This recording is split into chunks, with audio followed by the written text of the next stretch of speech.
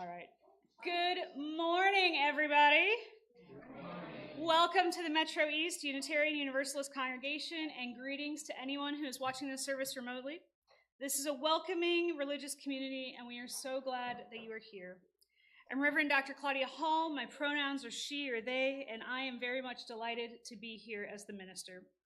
Today, we are continuing our series on diversity, and this is also our second annual All UU worship service, where we're going to be joined virtually today by our friends and colleagues at Emerson UU Chapel in St. Charles, which is a lay-led congregation, and by Elliott Unitarian Chapel in Kirkwood, which is served by Reverend Krista Taves, who also served here for a year. Last year, we were able to do this as a simulcast where all three of us were doing things at the same time, but this year, all of the churches are meeting at different times. We actually have moved our worship services around. So instead, what we did is we're swapping videos back and forth with each other from our respective congregations. So right now, everybody wants to say hello.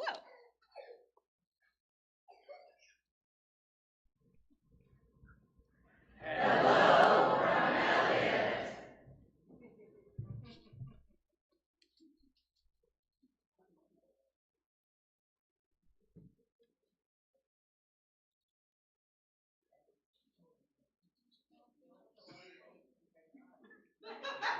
Hello, Elliott Chapel.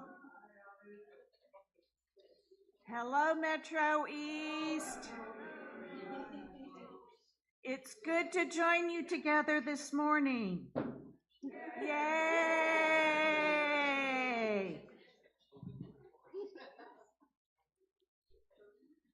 All right, well, we welcome everyone this morning to this home of comfort, spirit, justice, and hope, for we are Unitarian Universalists.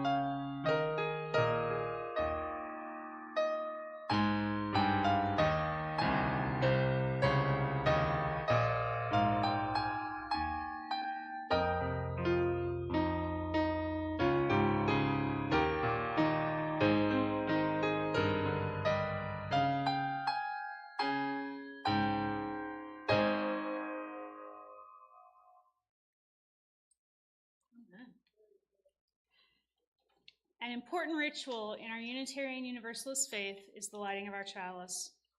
We have many different interpretations of our chalice, and this morning we have a video recording of our chalice lighting by our very own Eden Johnson. So if you're watching elsewhere and have a chalice or candle, please light it now. And for the rest of us, I invite us to join in together in saying the unison words projected on our screen. An important ritual in the Unitarian Universalist faith is the lighting of our chalice. Unitarian Universalists have different interpretations of the flaming chalice, including the light of reason, the warmth of community, and the flame of hope. If you are watching elsewhere and have a chalice or candle, please light it now as we join in saying the unison words projected on the screen or possibly printed in a bulletin. We light this chalice in solidarity with all who seek freedom, who yearn for joy and face oppression with knowledge that together we can overcome any obstacle. May joy fill us always. Our prayer this morning is from Reverend Krista Taves of Elliott Chapel.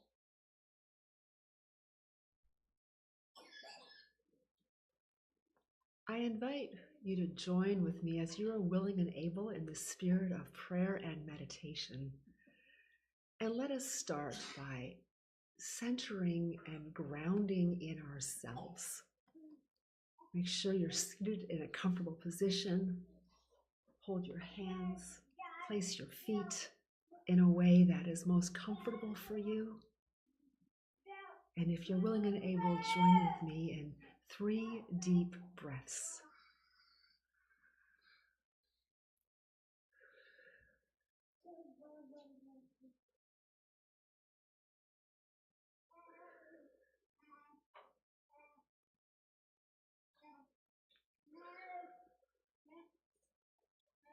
Our meditation is Joy is Hard by Unitarian Universalist Minister Reverend Joe Cherry. Joy is hard. Joy requires us to feel safe enough, to be safe enough, to open to vulnerability. To feel joy, you must be brave. Joy walks into a room after the space has been cleared of shame, cleared of doubt, cleared of self-recrimination. Yes, joy is hard. But joy is worth the hard work of preparation, preparing oneself and setting down all the defenses, all the should-haves and could-haves, all the should-not-haves and might-haves. Yes, joy is worth the work. You are worth the work. You can start small. The simple pleasure of your favorite tea, the grand freedom of a full belly laugh. So many ways that we can start joy. Let us enter into a time of silent prayer, meditation, and joyfulness.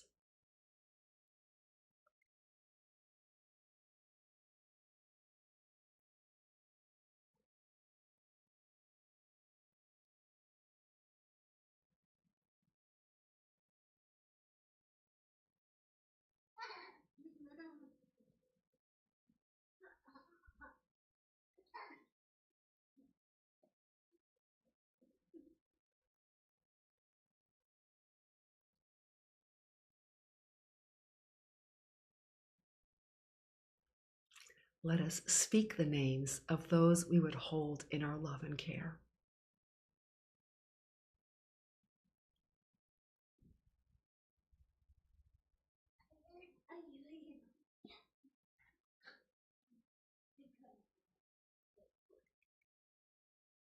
Joy is worth it. You are worth joy. So let us invite joy to be our companion through all the days of our life. May it be so. Amen, and blessed be. Amen. Well, Vinny has the joy part down. I invite you all to take a moment this morning and to greet somebody that you don't know as well and make a new connection so that we can get some coffee going.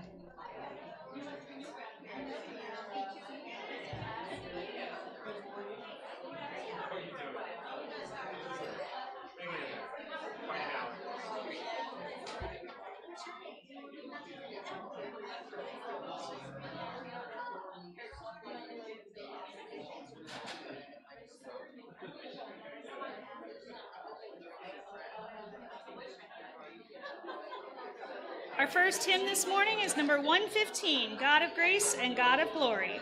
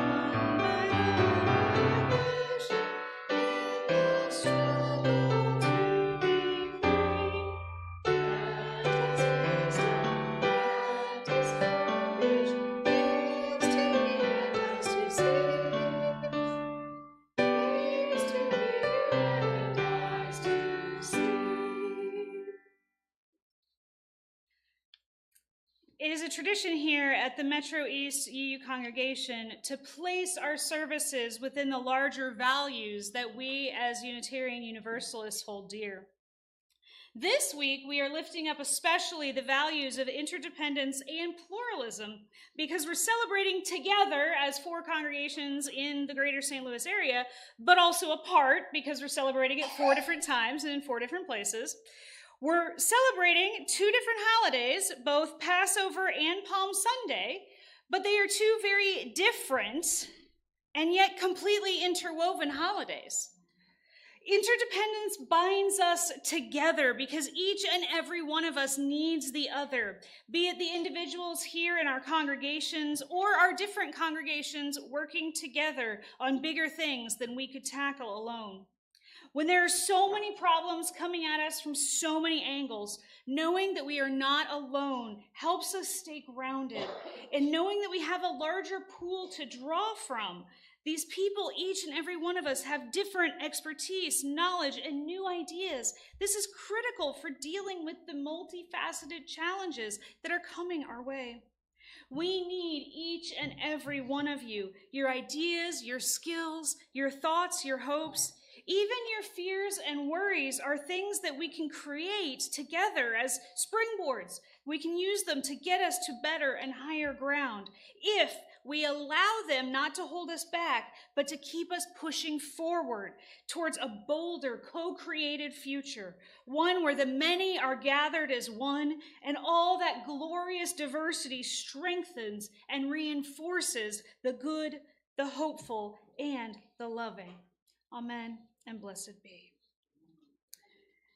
In this part of our worship service, we come together this morning to share with one another the joys, our concerns, our sorrows. And we come into this place, for many of us, this is the one time in the week that we can admit the things that have us weighed down. It is the one place where we can share things that bring us joy that maybe our families or our coworkers or the people we interact with during the week would not approve of. Things like the fact that Planned Parenthood is finally winning their cases and fighting back and getting some recognition for all the good that they do in the poverty-stricken areas in many states. Things like the fact that the ACLU is finally winning some of their cases about the horrific and illegal deportations that have been taking place. This may be, for some of us, the only place we can say these things without being overwhelmed by others who have a different agenda. As we come together this morning, I invite us, as we are able, to come forward to recognize those joys, our sorrows, and milestones, to walk down this aisle and across, to place a stone or several into the water, symbols of what you carry in your heart. One thing I do want to lift up as we do this ritual is that as much as possible, we need to do it in silence. We've had some folks who have been speaking, and when you speak, even if you're talking very quietly, the microphone here picks it up, and so it is on the internet forever, your conversation. So just as a reminder that this is a time of meditation because you don't necessarily want to be on the internet forever. So I invite you all to just come forward now with all of the joys, your worries and cares, and just come together as a family in this place, and let us be in a spirit of prayer and meditation.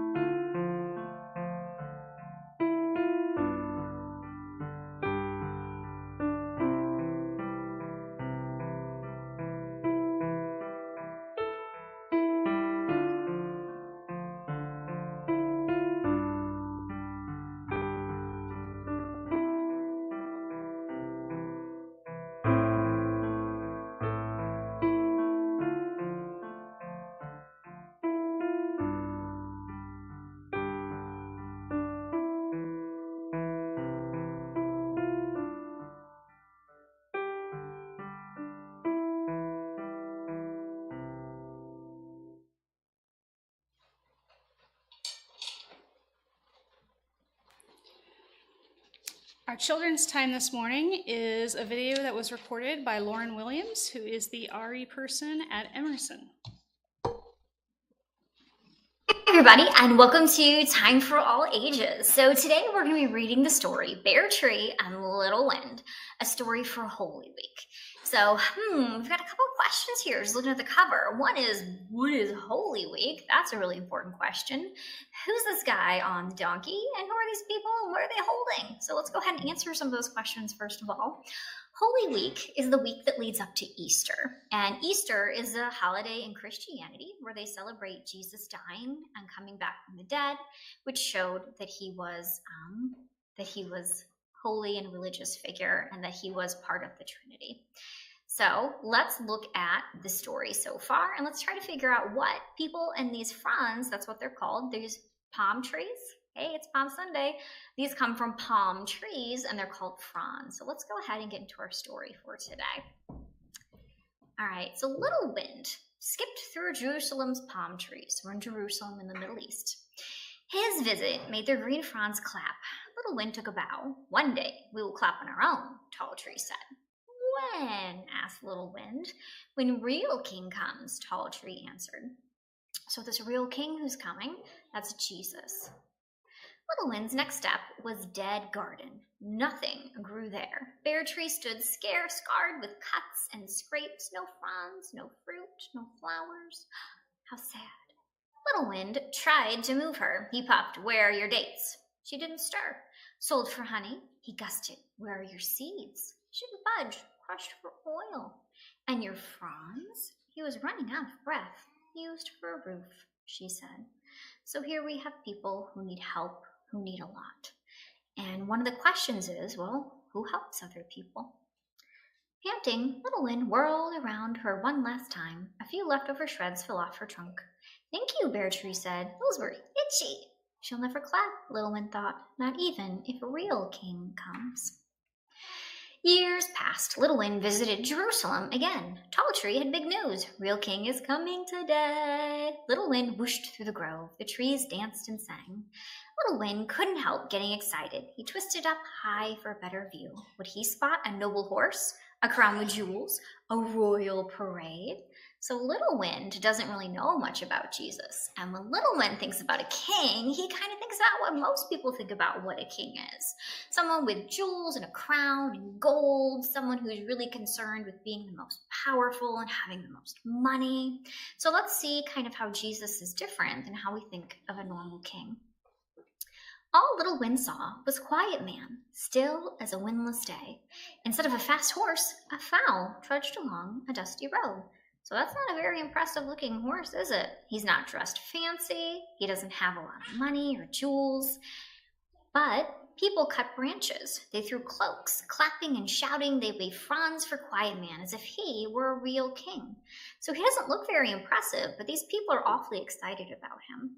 And one of the reasons for that is that Jesus really viewed being kind as the most important thing that anyone could do, showing compassion for others, not judging others, accepting everyone, and treating everyone with respect.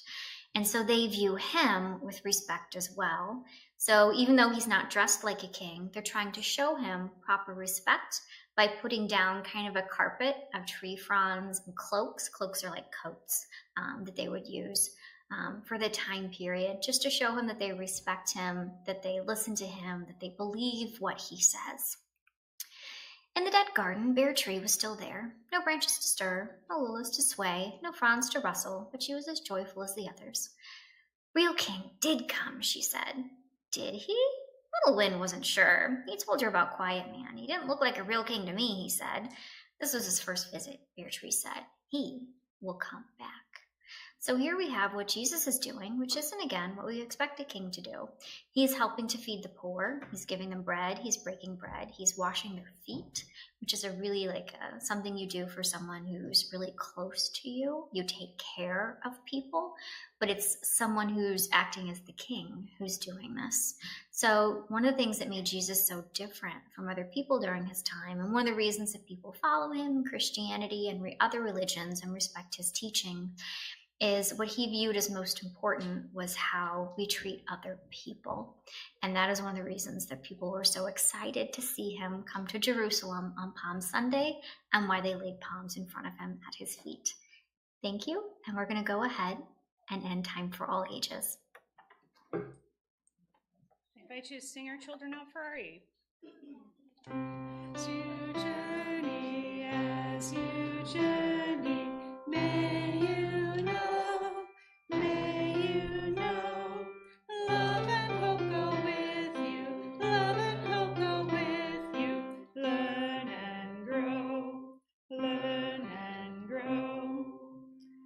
So if many of you were here the last time that I spoke, you'll know that I do not read music, and so I picked a hymn that had awesome words, but we were a total stinker about the tune.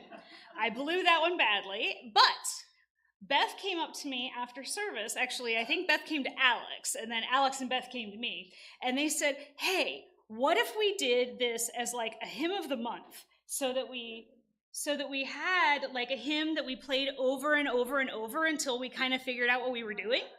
And they were like, not that we're saying anything about that hymn, but it might be a good one for this.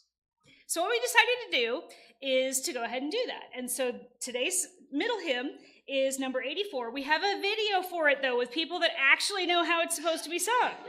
Yay! Hey! I got my act together. So we're going to go ahead. Feel free to just listen. Feel free to follow along. It's number 84 in the Great Hymnal if you want. But you can also just listen to it, lyrics on the screen, and just kind of get a feel for it. And then over the next couple of weeks, we'll continue to play it and get an idea of how we're all supposed to sing it together. Because the words are truly beautiful, and I really do want, to have it in our repertoire. But this will give us a way that we can continue to do that. And whenever we run across tough hymns going forward, or hymns we've just never seen as a congregation, we'll probably start doing this for like a month as the middle hymn. So if you start seeing that, you're like, why are we doing this 3 weeks in a row? That's why. We just don't know it as well. And so this will give us a chance to start learning some hymns that we don't know and expand sort of the things that we do here in worship. So number 84, How Far Can Reach a Smile. And the words are in the hymnal. Oh, I'm sorry. The words are only in the hymnal. So if you don't have a hymnal on you, you can go grab one super quick, or you can just listen.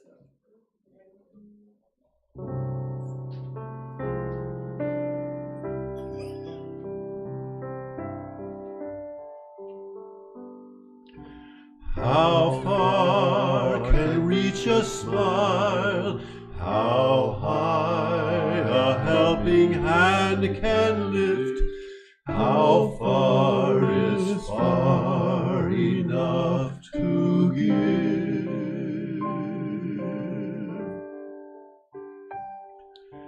Is there a way to learn just how a kindness speaks, or where it goes?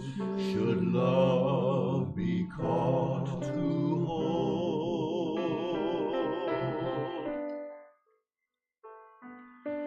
For God pours out this love in all that lives through God. We see that life can never cease to give.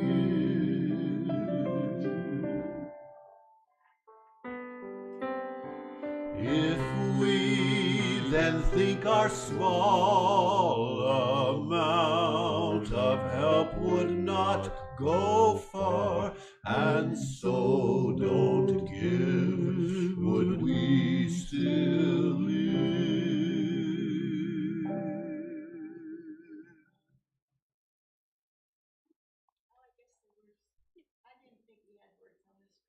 Okay. So, the others are stuck listening to my video, but you guys get me in person. Which means there's going to be a whole lot of ad-libbing, because doing it on a video is just not the same, especially not when I had an ear infection when I recorded it. So, today we are talking about two intertwined holidays, Passover and Palm Sunday. Passover is an ancient Jewish holiday, still celebrated today. In fact, we celebrated the first night of Pesach last night with our Seder meal, and it has at its heart a need for freedom. So every year, Jewish people around the world and their loved ones, their friends, their family, people they drag in off the street, whoever they can find to go eat with them, gather around tables for a festive meal, and it's called the Seder. Now, Seder means order. So it's literally a meal that is done in a specific ritual order, and the story of the Exodus is told. Some families that can carry a tune sing songs, mine does not. People laugh, they cry, they eat too much, and they give thanks a lot. It involves 4 glasses of wine, so for those homes that consume alcohol, by the end of the Seder, everybody's pretty mellow. My family, we don't drink alcohol, so by the end of our 4 glasses of non-alcoholic wine, we're just really full.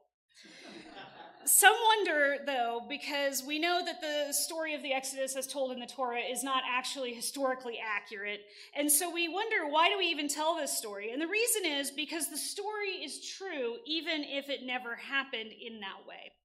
So recent archaeological evidence, for those of us that follow this stuff, suggests that there is actually a possibility that the Exodus story may be reflective of one of the tribes of Israel. So what may have happened, and this is all speculative because we're talking about stuff that happened 3,000 years ago, and there was not a whole lot of evidence because enslaved people are rarely very literate.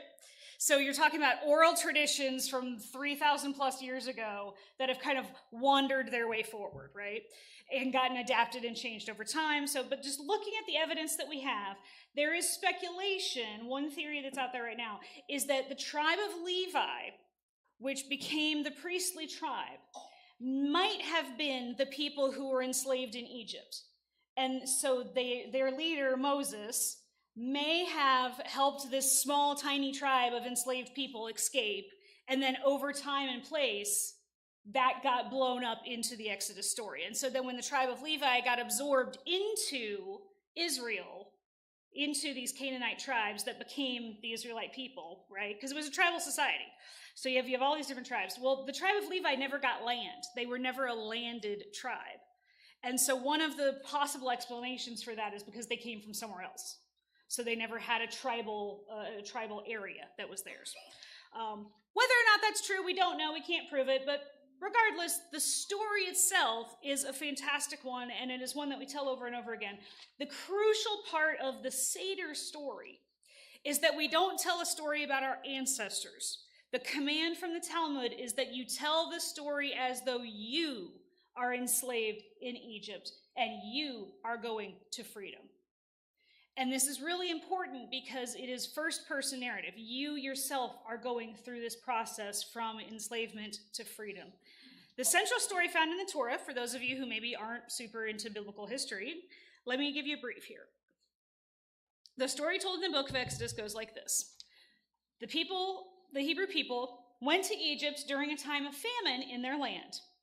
They were welcomed there at first, but over time, it says, a Pharaoh arose in the land who knew them not. And that's a beautiful way of saying that all the contributions that these people had made to Egypt suddenly didn't matter to the dictator who was in charge in Washington, I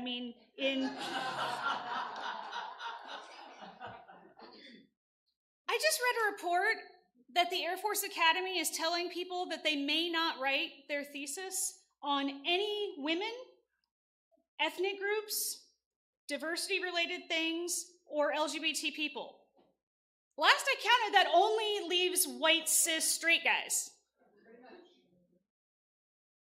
A Pharaoh arose in the land of Egypt who knew them not, and so they became enslaved for 400 years. Then a boy who was supposedly an orphan gets found by a princess and raised in the palace. Now, back then they had lots of princes and princesses. This is not like the big thing, right? But he gets raised, and he's raised as a royal, as a fancy dude in Egypt. But he was allowed to have some context. So like his family sort of sneakily raised him as a Hebrew. And he has this encounter where he realizes just how badly his people are suffering. Then he has a mystical encounter with God, and then he winds up becoming a leader. And with the help of his sister Miriam and his brother Aaron and his father-in-law Jethro, he leads the people from slavery in Egypt to freedom. The evil Pharaoh wanted to keep them in slavery, but the story goes that God worked through Moses to send 10 separate plagues through Egypt, from locusts to frogs, to finally, and most horribly to us liberals today, the death of the firstborn children. It took Pharaoh losing his child to finally say, "You're not worth my trouble, get out of here." But then as soon as they leave, he changes his mind and says, no, sends the army after them, and says, "Bring my slaves back." Now, this is a cool, epic moment that has really captured the imagination of artists and playwrights and videos for long, long time now, because you have the people of Israel pushed right up against the sea, and you have this army that's coming over the hill. The cavalry is coming down with their chariots, and the people are stuck at the ocean. They're about to be drowned or run down by spearmen. What is going to happen? And Moses very dramatically raises his arms, and the sea parts, and the land is dry, and they all run in, and they just get across. The army's following them. They're in the middle of the ocean, and Moses lets his arms down, and crash, the army is gone. This is an awesome story. The odds of it actually happening, I need to tell you, are, well. But the Passover story, so called because the angel of death passed over the houses of the Israelites, ends with Miriam dancing and singing in what we know is the oldest recorded Hebrew poetry. And what it is it's a spontaneous eruption of joy in the face of a near-death experience. And one of the things that I think is really important is to know that Jews retell this story every year. We tell it in new ways. We tell it in changed ways. We continuously tell it as a journey to freedom. Because everywhere, in every place, and every time, something is trying or succeeding to enslave us. Whether it is the horrors of capitalism that have enslaved us into a cycle where we are destroying the earth, whether it is the government that is attempting to enslave the bodies of all of us who don't fit on their gender ideal spectrum, they're trying to shove us into compliance, whether it is, this, that, or the other, right? There's always someone somewhere trying to force us to being who they want and not allow us to be free. And one of the things that I think happens not only in the government level, but also on a media level. I have been so proud of the people of Palestine that they have stood up and started protesting Hamas and the horrors that they have endured at the hands of Hamas. But the mainstream media is not covering that. The mainstream media is still treating Hamas as though it is a legitimate leadership of the Palestinian people. The Palestinian people don't want terrorists as leaders. They never have. But nobody wants to give them the agency to stand up on their own and elect leaders that are their own. They don't want to protect the Palestinian people from the terrorists. Nobody on the planet wants to give these people that kind of agency, that kind of freedom. And so I look at it and I say that we have all of these ways that we need to be in solidarity with people who are being oppressed. Be they the poor Palestinians who just want to be left alone and quit having their homes bombed, right? Be it the Israelis who just want to be left in peace, who just want all the other nations around them to quit trying to crush them. Be it gays and lesbians and all of us LGBT queer folk here in the States who just want to be. We just want to live. We just want to be in existence. Whatever it is, we are enjoined in the Seder to say, come to the table, journey with us to freedom. Passover is a holiday of welcome and joy. There were Passover Seders held in the Nazi death camps, because even there can be joy when everything else is taken from you. Viktor Frankl is a psychologist who made it through the death camps, and he founded logotherapy. And what he says is that when a person has a purpose, you cannot take that purpose from them. And the whole point of his therapy was to say that when a person has on the inside, you can't take a person's thoughts. You can't take a person's soul, essentially, from them, no matter what you force them to endure. And a person can live through horrible, terrible times in their life if they have that inner purpose that can pull them forward. And so the Seders are a way of reminding us that we're always on this journey toward freedom. But even in the midst of the horrible oppressions we may be facing, we need to remember that freedom is possible and that joy is possible.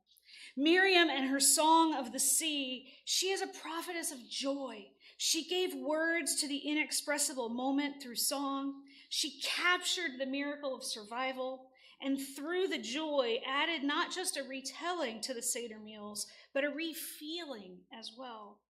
Seders are joyful occasions because we remember to tap into the sheer joy and relief of being alive and the dedication and determination to live our lives worthy of joy. Now we turn to Eden, who's going to talk to us about Palm Sunday, and then Reverend Krista, who's going to wrap us up. In the Christian tradition, this is the start of Holy Week, which starts with Palm Sunday, which is today.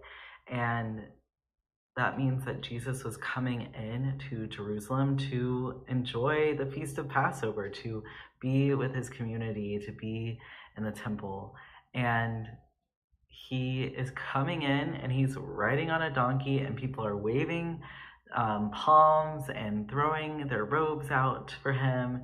And I wonder, just in this Christian understanding of Jesus, there's this kind of triumphantness, and there's also the paradox is that he is marching to his death ultimately in this story. And I want to highlight the joy, or the joy that comes between these two poles of death and life, of in the ways that maybe subverting and playing with it is a way of joy. And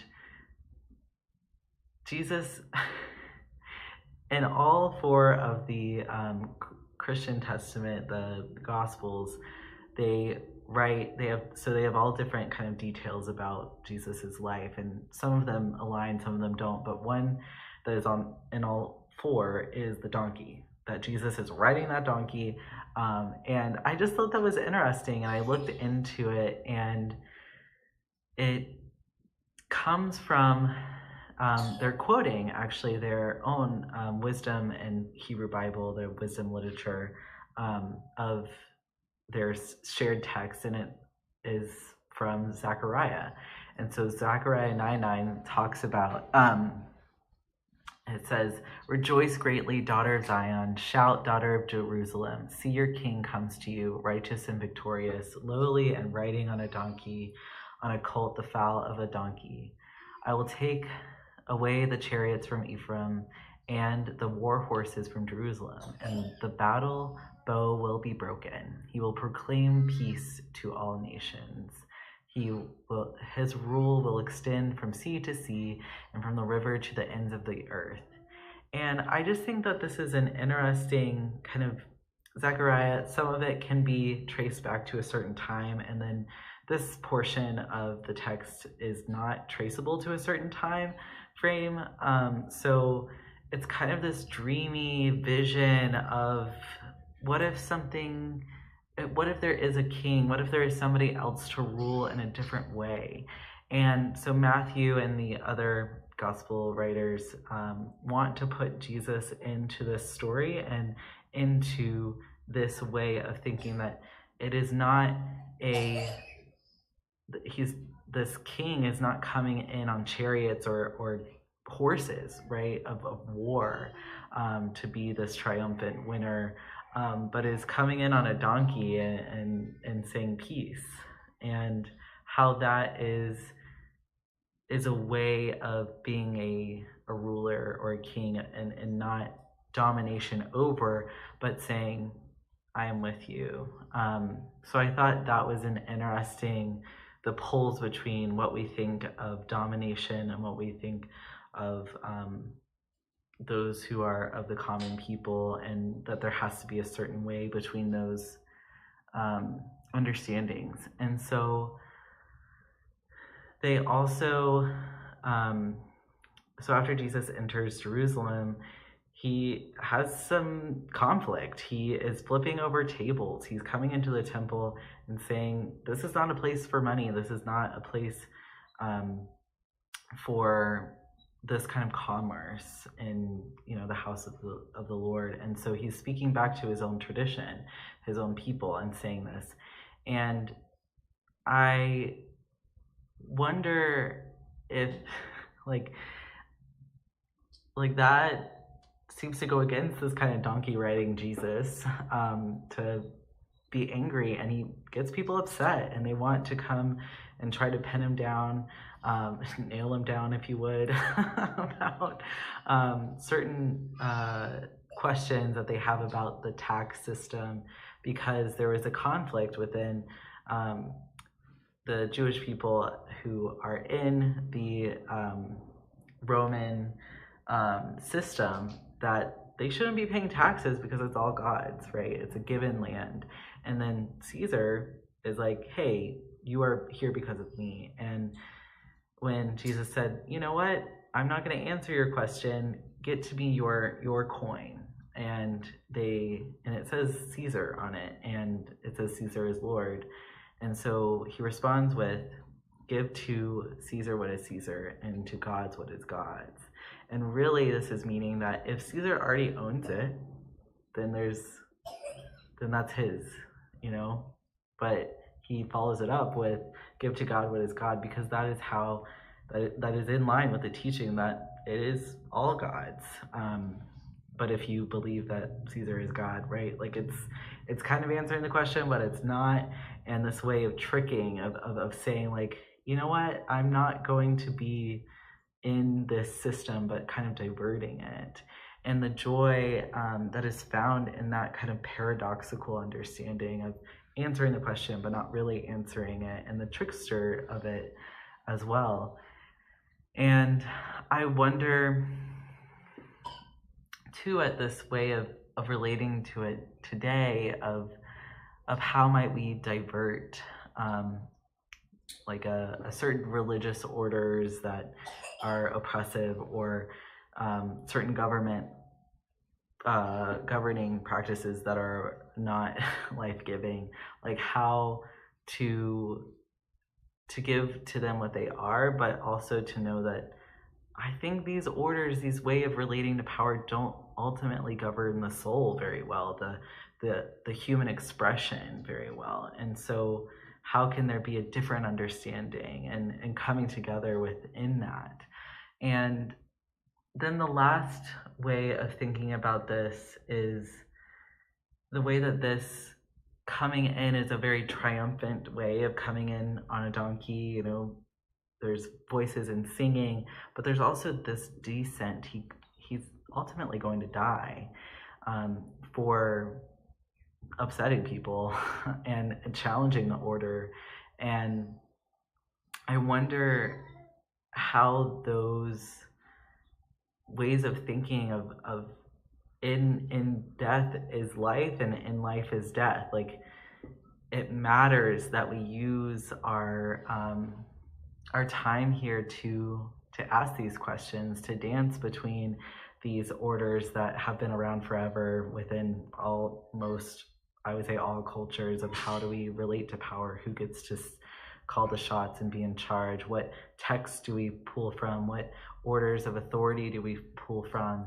And I don't know, the question of how to live between that, or be the most of our human selves in spite of what is, and the joy that might be found in that too, of saying like, this is not all, or this is not it, but we can dream, we can understand a new way of thinking, or maybe an old way of thinking too, of trying to divert.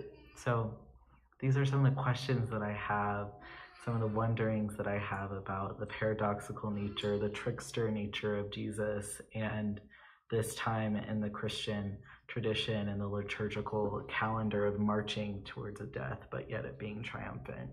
a joy that is hard won, a good news that that means it's all over. But yet, is it? So yeah.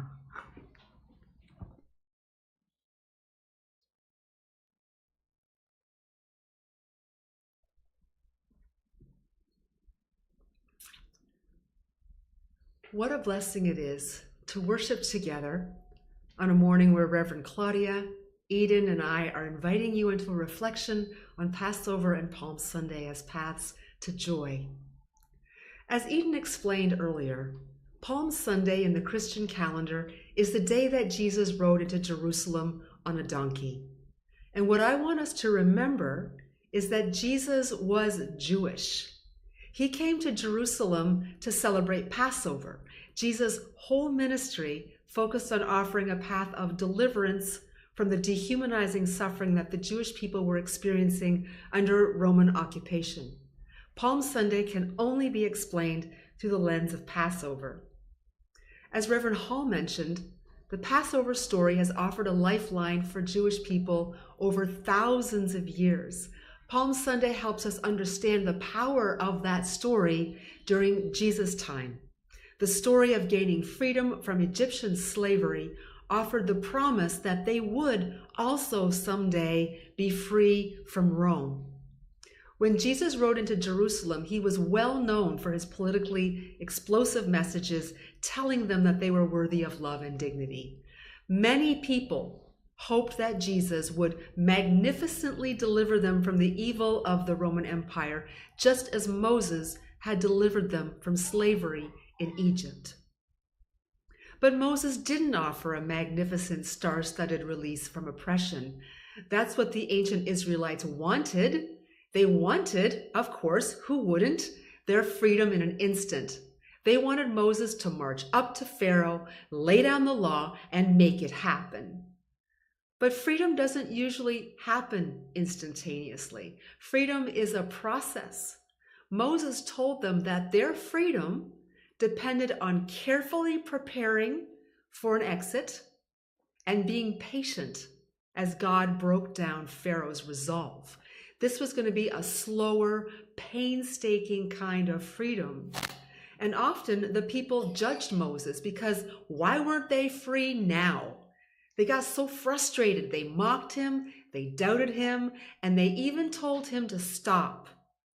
Only when they crossed the Red Sea and the waters crashed over the Egyptian army did Miriam, sister of Moses, begin to sing. When Jesus came riding into Jerusalem before Passover, some wanted to see a leader who rode in on a magnificent war horse and went and read the Romans the riot act. But Jesus wasn't that kind of leader. Jesus was showing them that deliverance came from lowly places, like a donkey, walking the streets, carrying a common man, his journey softened by layers of palm leaves and coats laid before him. Jesus' form of leadership offered the potential for freedom. He himself was not going to single-handedly end their suffering.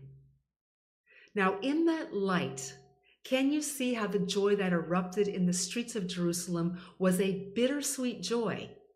It was a celebration of the possibility of freedom. And this is true in the Passover story as well. Remember, even though Pharaoh's army had been stopped, the ancient Israelites were still in the middle of a desert carrying nothing but a few days' supply of food. This was a joy that was fiercely claimed with no guarantee that their freedom would last. In some ways, joy in the face of the possibility of freedom is much more powerful than the joy of victory won. Because joy in the face of the possibility of freedom, you're allowing yourself to be claimed for joy in a moment with no guarantees. It's a braver joy, I think, than the joy from a solid victory, because it is a more vulnerable joy, it is a more courageous joy, and it can be a more fleeting joy. whose power then lies in remembering it.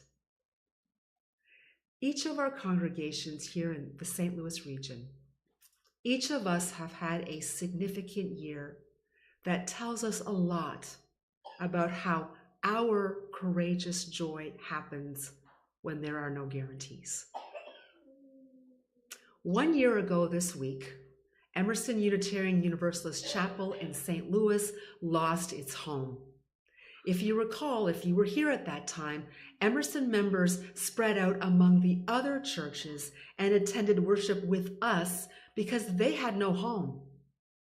And I know this was a very hard time for you. I can only imagine how hard it was for you to be a church at that time. You were having conversations about the big question after that. Would you survive? There were a lot of emotions on the table and some very challenging experiences between you, but enough of you hung on to joy, a brave joy, the joy of being a small religious community that just wanted to love each other. And so somehow you kept singing, just like Miriam. And there was no point looking back at the Red Sea that had crashed back together again. That wouldn't help anything.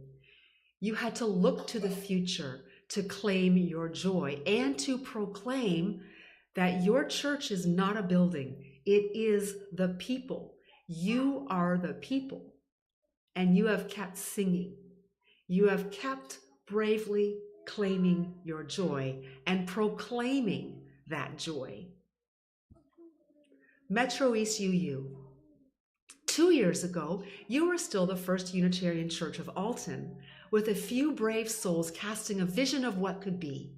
Where should you be to keep on singing the song of our liberating faith? And you kept on singing as you packed the boxes, decided what to keep and what to leave behind. And once again, I'm imagining the ancient Israelites packing enough food for just a few days, wishing they could carry their whole lives with them, but knowing they could only carry what was necessary. You did this. And you kept on singing all the way to Edwardsville, trusting in the vision of joy that you had been holding on to and promising each other. And now, 2 years later, you are the Unitarian Universalist congregation of Metro East. And now there are more of you who have joined the congregation since the move than who came with the move from Alton. And those of you who've come since then, you heard the song and thought, this is where I want to be. This is the home, the faith, the joy that I'm going to claim for my life. So together, your challenge as a community is, how are you going to sing together now? In a way, you're two communities in one community needing to fully become a unified community. So how do those of you who've come since the move honor those who bravely carried the vision so that there would be a church for you to come to, for you to discover and make your own? And how do those of you who carried that vision welcome those who are bringing new perspectives and understandings for whom the experience of the move does not correlate to their identity as members of the church? You thought that your losses and your grief had ended when you moved. But in fact, the growth of your congregation always means loss. Growth always means loss. And for those of you who have recently joined, you will come to understand this as your time with the congregation increases and more new people come. You're going to experience that, yes, growth always means loss. And you're going to have to be as brave as those who were brave enough to move to Edwardsville. So for you as a community, learning to sing together is now one of your primary spiritual tasks. And here at Elliott, after the pandemic, we had to learn to sing together again. We had to trust each other enough to sing again. And it was a challenge. a huge challenge to recover our joy, to be brave enough for joy, to claim that joy. And since the pandemic, so many of you have come and experienced the joy that we nourished, and now you're part of the joy too. You are part of the claiming of joy, of the living for joy, of being brave for joy, right? So we are now all together, no matter how long we've been here, we are singing a unified song. We are bringing our brave joy together, and we are claiming our collective joy. That's what we're doing now. All three of our congregations, we're singing our unique song, but we're also singing the shared song of Unitarian Universalism, because we're not here just for ourselves. We're not just here for our own individual communities. We are in a place now of being called to keep singing in very difficult times, when it can be challenging to claim joy or to let joy claim us. We are having to be braver and braver to witness for the joy that we know has claimed us. You know, all the people who rushed into the streets when Jesus appeared on a donkey were wondering if they would ever sing again. Jesus didn't tell them that the moment of their liberation was now, that all their worries would go away, but they had a glimpse of the song that might be possible if they lived his message of love and compassion. And so they cast their coats on the road, waved palm fronds, and celebrated.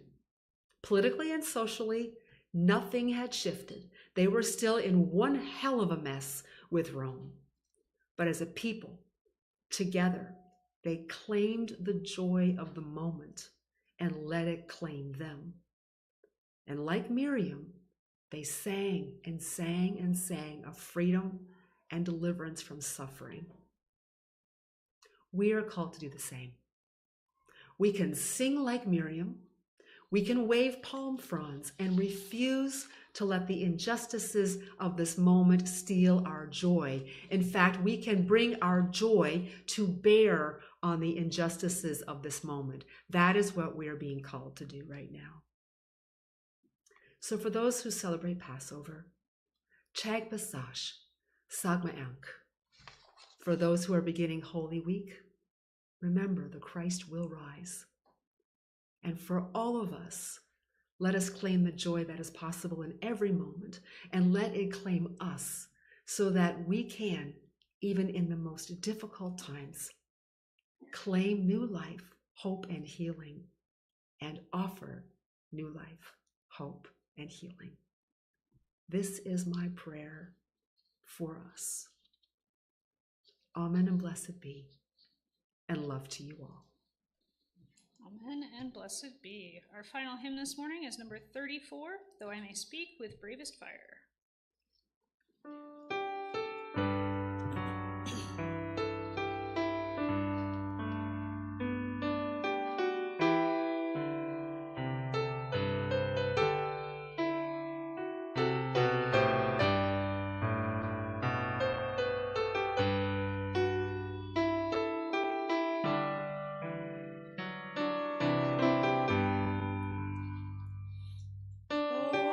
Speak with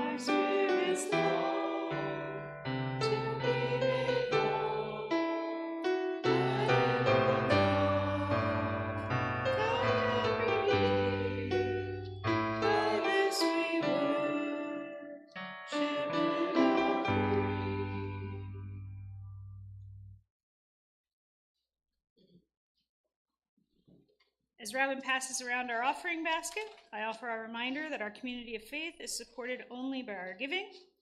As always, if this is your first time here, we don't want you to feel an obligation to give, as this is our service, is our gift to you.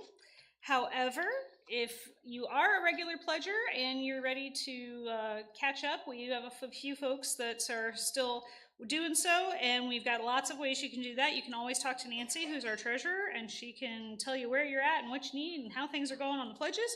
If anything has changed, I know we have a lot of folks going through a lot of things with their jobs and everything else. Totally understand that, and again, please just talk to Nancy and we can adjust things or do whatever we need to do that. We also value your time. We have so many things going on that we can absolutely put you to work in multiple ways. So give in however you are able to do so, because you are generous people. Yes, PayPal is gone. We are cutting down because we're trying to get to better ways of doing things. So just so you know, Givelify, however, is still working, as is, Cash and all the other ways we do things. So, all right, please join with me this morning in our offering prayer. May this offering equip us to inspire love and seek justice. All right, announcements. There is no breakdown today. Hooray! All right, you can see on there who all is preaching. And then, so the next couple weeks are going to be fun. Eden's going to do Easter. No, you're fine. Eden's doing Easter. And then our very own Joy is doing a musical offering. So that's going to be a great one. I'm really excited about that one. So, all right, next page. All right, the Gathering is doing a thing May 4th at the Watershed Nature Center, which is quite lovely. Next. All right, we're going to start having our Goshen Community Market booths. This is a big deal. We get a lot of word out in the community about who we are and what we're doing. And yeah, exactly. So we invite you all to be a part of that. Just let Peg know, and we will plug you in for that. It is a super, super good community outreach. So we really appreciate anybody that can spend even just a couple hours one Saturday out there doing that. So, all right. And of course, our fundraiser at the Moose Lodge. Let's go have some drag queen bingo and enjoy ourselves. This is a great fundraiser for us. It also is a wonderful way to support drag art and the performance art of that, and we want to just lift that up. So invite your friends, your neighbors, your cousins, anybody and everybody. Let's get in there. It helps us. It helps the Moose Lodge. It's just really good all around. And like I said, it's also fantastically fun. People really enjoy that. So that is in 2 weeks from today. So we invite folks to do that as well. Anything else that I'm missing? Yes, there's a meeting immediately after church. We'll get coffee and then we'll come right back in here. Do we have a time on that? Like maybe 20 minutes break-ish? We'll ring the bell. We'll ring the bell. Originally, the plan had been we would meet in here at 11:15. Right. Since we're a little long, we'll go. So what we'll do is, yeah. It's an informal meeting. It's just for you all. If you have questions, we'll answer them for you. But you all have the ballot. Right. So we're not voting. It's not a formal meeting. So let me repeat all of that for online. We are not voting on anything today. All we're going to do is talk about the property, specifically the really interesting building that got added that a bunch of folks went to on Friday. So if you have questions about it, it's a time to have your questions answered. It's not a vote. You all who are voting members of the congregation should already have the ballot for ranked choice voting in your email. If you didn't get that for some reason, talk to Alex, because we do want every single member of our congregation who is voting eligible to vote. It's important. This is your democratic right as a part of our congregation. We want you to do that. So definitely talk to Alex if you didn't see that in your email inbox. But if you have questions about any of the properties, especially the one that's here in Edwardsville, we would like to invite you, grab coffee, come right back, and just chat with Alex and Joanne and whoever else went to that on Friday. I did not. I am not involved in the building process, so don't talk to me. I don't know anything. Okay. Anything else? I think that's it. All right. So I invite you to join with me now as we extinguish our chalice. The light of truth and meaning cannot be put out. We are the keepers of this flame until we meet again. I'd like to ask Anna to come forward and extinguish our chalice. We extinguish this flame, but not the light of truth, the warmth of community, or the fire of commitment. These we carry in our hearts until we are together again. Our closing words for today are "It is Our Journey Together" by Deborah Hoffman. We are on a journey. We didn't plan it. We didn't have time for the bread to rise. We may find ourselves in the wilderness, hungry, thirsty, doubting that we should have ever come. But look around. We are not alone. A journey to our better selves, a journey to a better world, a journey to a more promised land.